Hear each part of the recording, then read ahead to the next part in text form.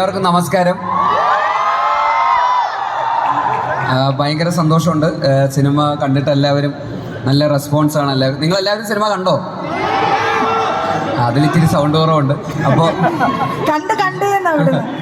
അപ്പോൾ എല്ലാവരും തീർച്ചയായിട്ടും പോയി കാണുക. എല്ലാവർക്കും ഇഷ്ടപ്പെടുന്ന ഒരു സിനിമയായിരിക്കും.